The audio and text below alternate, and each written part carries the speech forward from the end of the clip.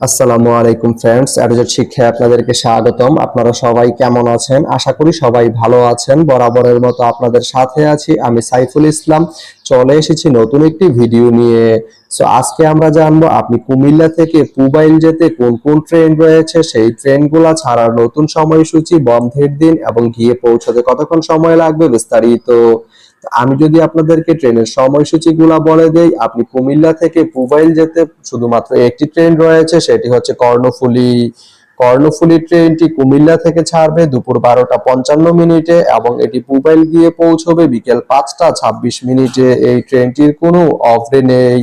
তো আপনি কুমিল্লা থেকে পুবাইল যেতে এই কর্ণফুলী ট্রেনটি ব্যবহার করতে পারেন। তো ভিডিওটি কেমন লাগলো অবশ্যই কমেন্ট করে জানাবেন। আর ভিডিওটি যদি ভালো লেগে থাকে বা আপনার কোনো উপকারে এসে থাকে তাহলে ভিডিওতে একটা লাইক করে দিবেন, কারণ আপনার একটা লাইক আমাকে অনেক ইন্সপায়ার করে নতুন নতুন আরো ভিডিও বানাতে।